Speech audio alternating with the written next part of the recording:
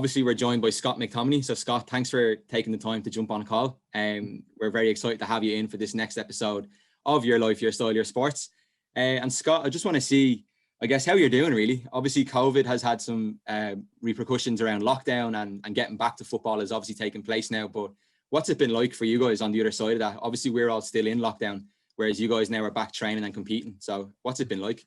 I'm very well, thank you. Yeah, all good. So to be fair, as a footballer, we've been extremely privileged to live pretty much a normal life, obviously without seeing certain elements of your family and your friends and stuff like that. That has been the biggest miss with people in stadiums and stuff like that. But yeah, we've been fortunate enough to continue training and playing matches as well, which has been so beneficial towards us. But as I say, we just can't wait for everything to be back to normal. And obviously having fans in the stadium, we don't realise how much of a miss it is until it's gone. Yeah, absolutely. And I think you're right in saying that it's obviously been great for you guys to get back. I think one thing that's helped me anyway through lockdown, and I'm sure there's loads of our followers who are the same, is actually watching the football back on TVs has definitely brought a spark back. I think it's been really good. It's been great to follow along while you guys go back and play. And I think, Scott, like the first segment we'll start with is going to be your life. So I'm not going to dig too deep in, just a couple of questions really to get to know you, and you can obviously answer a couple of questions for us. So I think like my first question really was, and again, it is that kind of lockdown angle. How important was it getting back to team training? Because obviously you can do the bits at home on your own, but in terms of you guys and having such a great team spirit in the changing room, how important was it to get back training with the rest of the players?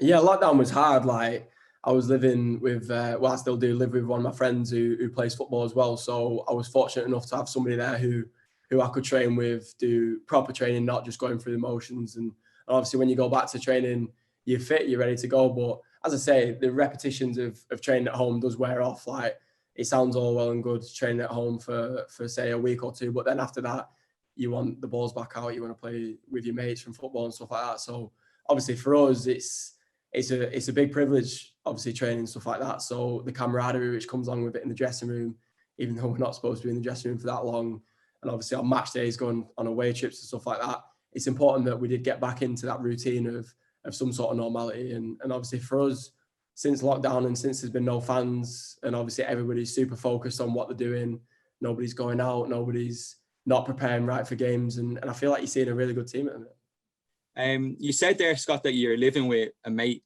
at the minute or through lockdown. What was that like in terms of, you know, what did you spend time doing? Because obviously you've got the bits of training that you have to do. And fighting. Fighting all the time. No. Yeah, so whenever I've lived with, he's called Callum Whelan, he plays for Oldham at the minute. So we've pretty much lived together for years and years now. We lived in digs together. And then whenever I got my house, he obviously moved in. Oldham's not far away for him to drive. So yeah, we've been like two peas in the pod for many years now. We've gotten so well.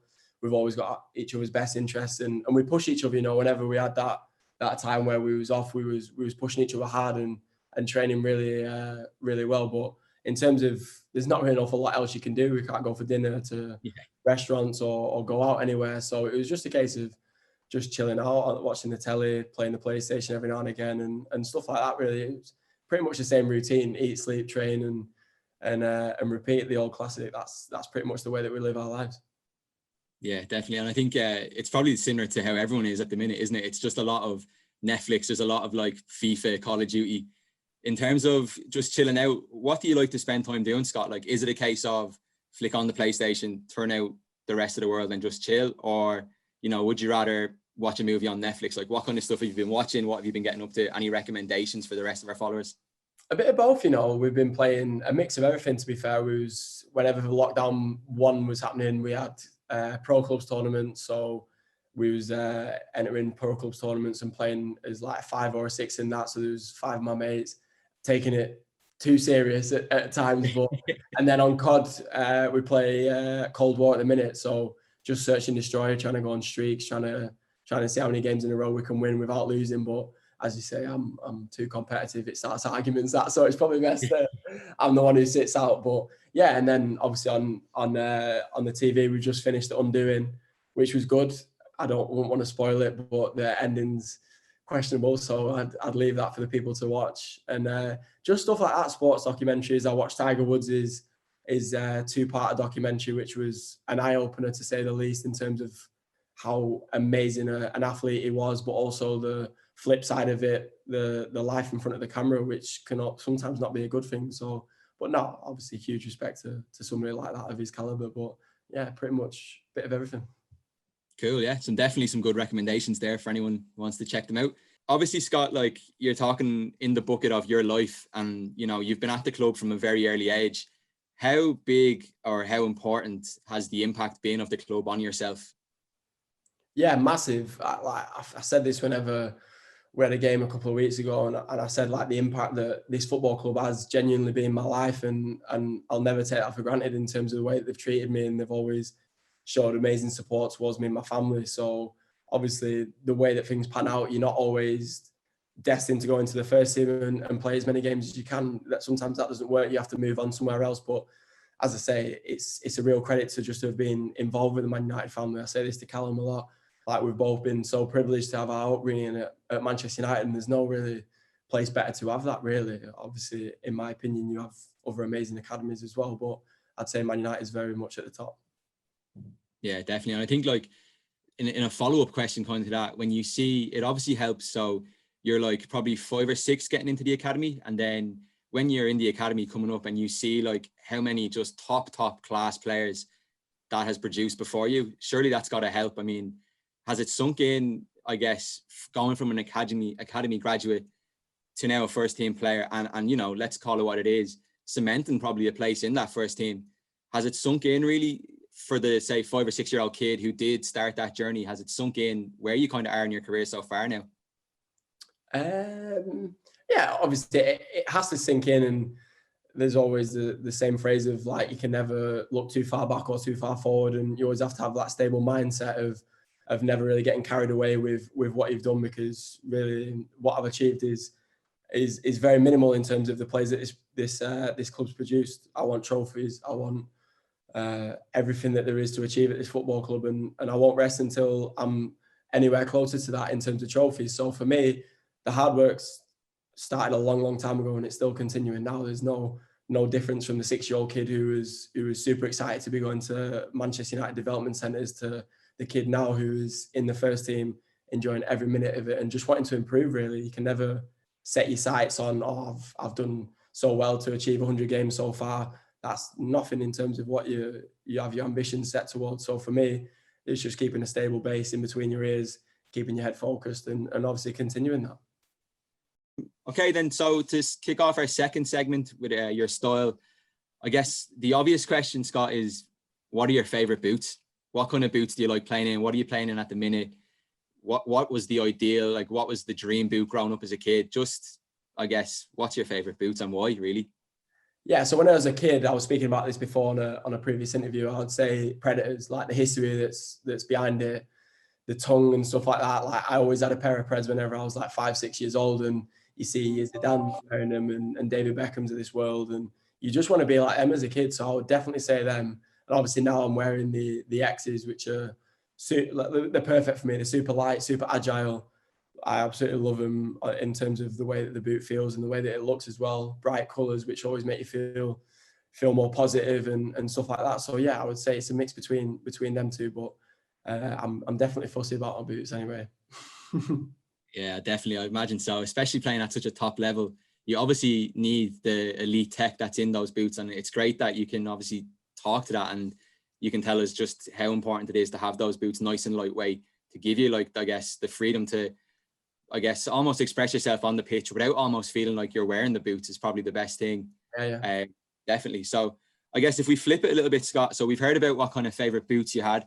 In terms of fashion, so like off pitch, what kind of style are we talking about there? Have you got any all-time favorite trainers? What's the fashion sense like? Is it any use? Well, I hadn't really put a pair of jeans on for a while or smart clothes, so I can't really remember what it was like to get changed and go somewhere. But no, it depends what we're doing. If we're going for a nice dinner, I like to dress quite smart, a little overcoat, some nice shoes, some clean cut everything. And then if just into training, stuff like that, just trackies all the time, tracksuits and stuff like that. Very rarely, obviously, go full out wearing suits and stuff like that. But yeah, I do dress as I'm getting older on the more smart side. Yeah, No, just keep the suits for the cup final, Scott. You're dead right. I think you touched on it there, and come here, everyone is probably in the same boat. In terms of lockdown, it is essentially just living in trackies, isn't it? Like, there is no really other go-to. In terms of, I guess, chilling out, is there a preference there? Is it a full head-to-toe tracksuit? Is it, because you see like these combos, don't you, like socks and sliders, hoodies and shorts? Is there a preference there, or is it just whatever is comfy? In the house, nah, I like to wear a dressing gown. I love getting back to football, shower, clean everything up, make sure you're nice and clean, getting your dressing gown on and just watching TV. So it's so comfortable, putting some slippers on, and that's pretty much that really. And then obviously when you're out and about, baggy hoodies rather than everything tight these days. It's freezing now. I got up this morning, it was like 1.5 degrees, something like that when I first woke up. So it was, strictly a hoodie and some trackies and just everything comfortable, Yeah, no, absolutely. I think we're the exact same here. I mean, we had snow all last week, to be honest. So it was very much a thing of whatever was just comfy and cozy was what was being kept on in the house. I think in terms of, obviously you share a dressing room with certain players who may be seen as very stylish or with a lot of charisma and flair. Obviously there are some very stylish players in that squad.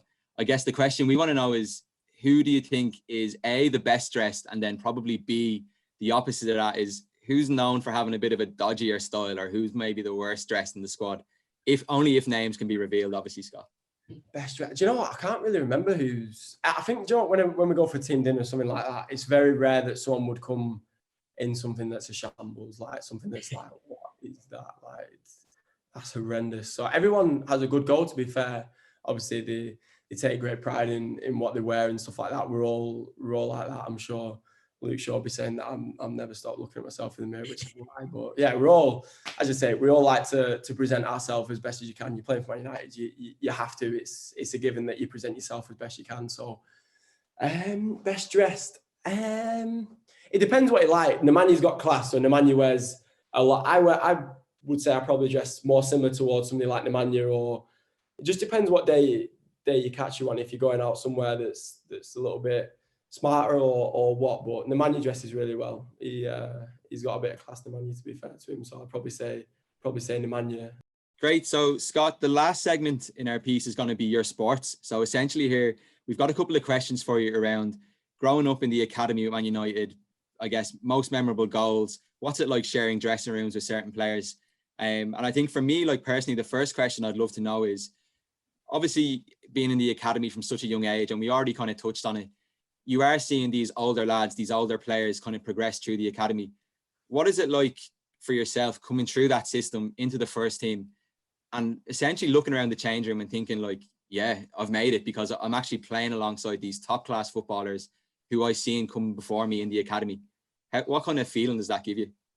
Do you know what? You do get used to it. Like, you never tend to get like taken away with like what's going on. Like, Edinson Cavani's just come in and is one of the best strikers the world's seen for many years. He's been at the top level, and you sort of just adapt to people like that. Like, he's just a normal person who works extremely hard, is a model professional, and is a great role model to all those younger boys who are looking at the standards that get set. So in terms of that, I feel like, as I say, you do get used to it, and you do remember where you sort of forget sometimes where these guys have come from and how big a stars they actually are, because they're such nice guys and humble people as well. So obviously for us as young kids, it's important to have them guys in the team as well, because it can really help you push forwards for sure.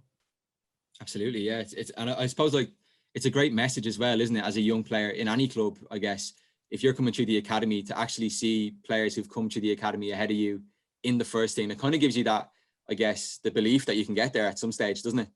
Yeah, Marx is a perfect example. Marx is younger than me, and he was in the first team before me. So there's your bread and butter of it. Is the best example there is really for guys who are coming through now. The younger boys, Marx is proof that if you work really hard and you take your chance with a little bit of luck on the other end of it, because you do need a little bit of luck. Remember Marx's debut, Anthony got injured, so there you go, boom, there's your little bit of luck, and then it's up to you now to take your chance. So for that, it's just about being ready at all times, always switched on. And this football club won't let you not be switched on, because your opportunity can come in a flash. Great, yeah. I think moving on then, the next question we kind of had was, I guess, obviously that's like Marcus is the perfect example. Like you said, he's come to the academy, he's taken his chance when he's got it, essentially, hasn't he? What is it like then on the other side of that? So you are in the change room, you are around the first team squad, and somebody like a Paul Pogba, for example, now you're playing beside a Paul Pogba in midfield. Does that resonate quickly, or is it something that you kind of have to pinch yourself and get a little bit used to? Because obviously Paul was involved with the club, spent some time away, and now he's come back and, you know, he's a superstar in his own right. Is it a case where you do give yourself that little pinch, or is it a thing where you go, do you know what, like, I've actually worked really hard, I'm in the right place where I should be? What way does it feel, or what way does it work? Yeah, he's a big superstar, Paul. Like when you actually break it down, like how big he actually is. But as I say, you forget, because he is such a nice guy. Like, he's so misunderstood. Like, people don't realize what he's like in and around the training ground day to day. Never ever causes much of a problem in terms of the way that he is in training. Obviously, he's competitive and doesn't like to lose. If that's causing a problem, then he's obviously at the wrong football club. But everyone loves that. That's what I'm saying. So for me, I wouldn't even say it's a pinch yourself moment. It's more of a learn off him sort of moment, how good he is and the assets, both similar size, both similar physiques. Can I learn off him more? Obviously for me, that's the main thing that you've got to be thinking in games. And obviously for myself, it's pushing him to get to his absolute best level, and his best level will help me, it'll help the team, and it'll help the football club. So everybody wants that best level for him. So obviously for us as a team, we're so happy to have him. Yeah, definitely. And I think you're absolutely right in a way. Like, he is such a superstar on his own level, but then, like you said, day in, day out, he is just one of you guys who's working extremely hard at his job, isn't he? Like, that's what it comes down to.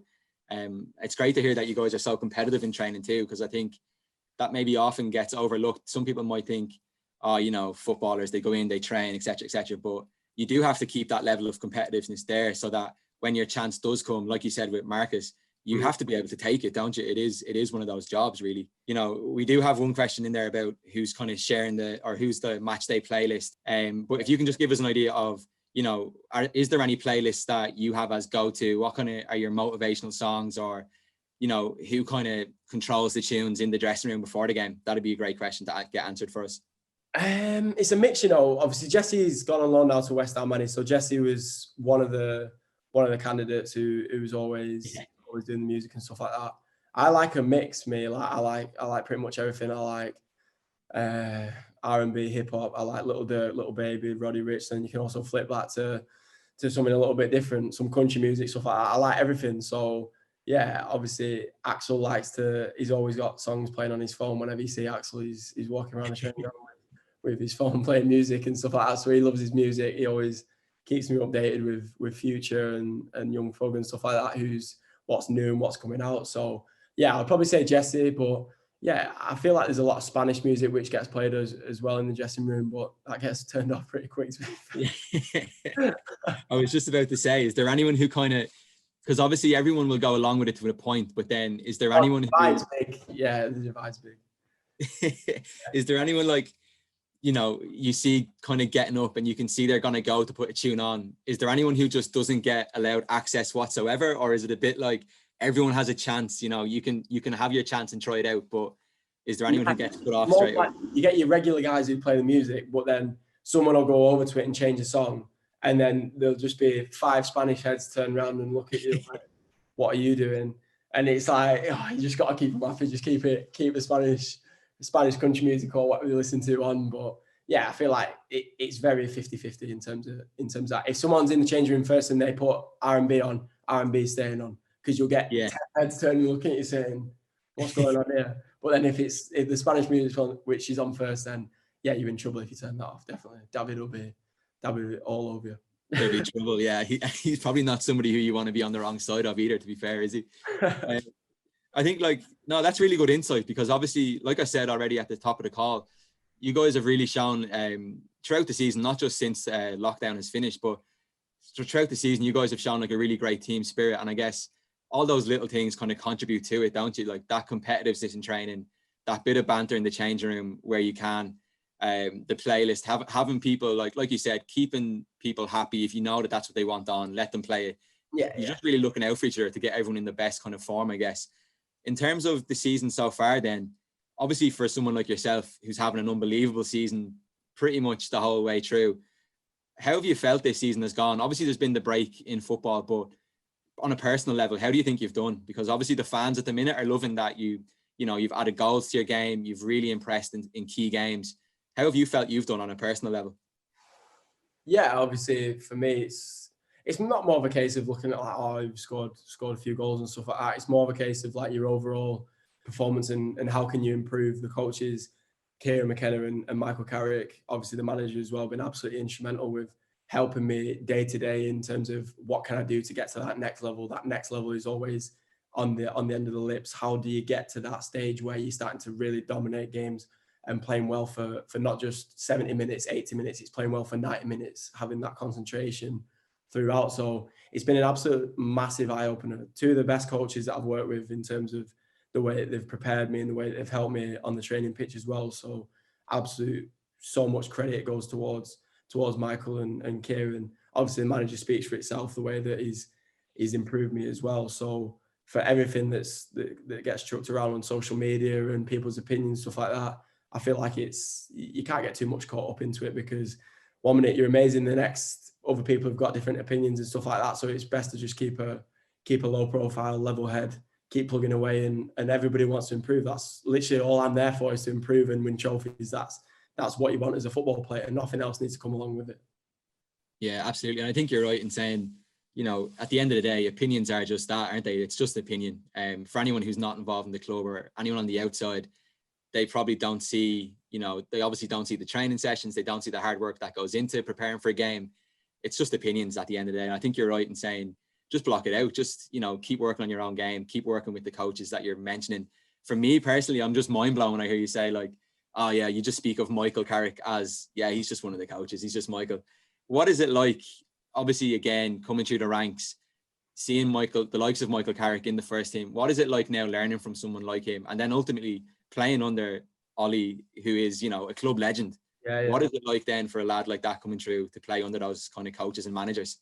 The staff definitely don't get enough credit for how they've improved the whole team, not just individuals. Like it's not easy to improve individuals, but there's a lot you can work on individually. But collectively as a team, we're starting to see real improvements and real strides. And I don't think they get enough credit for that, because a year and a half ago, the games that we might have been losing or drawing, now we're starting to really dominate them games and really express ourselves in a different light. And we've got different players coming through as well. So for me, yeah, I'm going to take as much information as I possibly can. We've got obviously Darren Fletcher now's come in, who for me is a great example, alongside Michael Carrick and all the other coaches as well. Kieran is top draw. So yeah, we've got a good mix. Brilliant, yeah. And then I think you've touched on it there in your last answer, but obviously, with that kind of coaching staff there, with the manager that's there is that kind of, and with the club itself, there is that pedigree, isn't there, of, you are at Man United to ultimately try and win trophies. How much would it mean, obviously to you on a personal level, but to the club and to the group of players that are there, how much would it mean to win a Premier League title for you at Manchester United? Oh, I think about it all the time. Like, literally, like, I speak about trophies so much, but like, that is what you need. Like, that is where teams are judged, individuals are judged. That is what you want as a football player. And the coaches are the ones who are reiterating it the most. Like, us as players, I don't think we can rest until we get 3-4 trophies. And even then, that's just a start. That should be just the start of a real good run for that group of players. And for us, I feel like we've got a good identity and we know how to get there. It's a matter of doing it. That's the main thing. Everybody can talk the talk and stuff like that, but it's actually doing it and completing that goal that you've set in your mind for a long period of time, and the players are raring to go. No, I'd say you're absolutely dying to win a trophy at Man United, because isn't there always just certain players who are at clubs where you look at them and you go like, yeah, they'd love it. They really would love it, wouldn't they? I don't want to talk about it anymore. It gets me annoyed. We'll just scrap that one from the interview. That's perfect, Scott. I think that answers pretty much all the questions in your sports. I just think for us to finish, maybe there's only just one more question that we had. Just basically, obviously with a lot of kind of our followers being in lockdown still, they're like, to give you context, it's the same in the UK as far as I know. There's no sports being played here in Ireland at the minute. So, there are a lot of young players who are at home, obviously not at the elite end of things. There isn't a lot of, you know, I guess, incentive to be training or anything. Is there any advice, like what advice would you give to any of our younger football followers who, you know, maybe just need a bit of advice for training at home, just to get them through the period of lockdown? Just don't stop. Don't stop. Don't let that motivation dip. Keep that motivation high, because that's what gets you through it. That's the most important thing that got me through the 1-2 months that we were training. Keeping that motivation, seeing the end picture of what you want to get to. I always set goals. I've always been a big interest in setting my own goals and see if you can achieve them. And then you might forget about them. Then 2 years down the line, you look back at them and it's like, I've blown them all out of the water, what I wanted to do. So yeah, it's set them, re-look at them in 6 months, a year's time, and see where you can get to. But definitely keep that motivation high. And obviously training is the best thing for that. Whenever you train, it releases happy feeling all over your body. So you want to keep that going. Perfect. Yeah, great advice for all our young followers. Scott, thanks so much for joining us on our segment of Your Life, Your Style, Your Sports. And best of luck for the season going ahead. I wish you all the best. And yeah, look forward to chatting to you again soon. Thank you very much, man. Appreciate that, mate.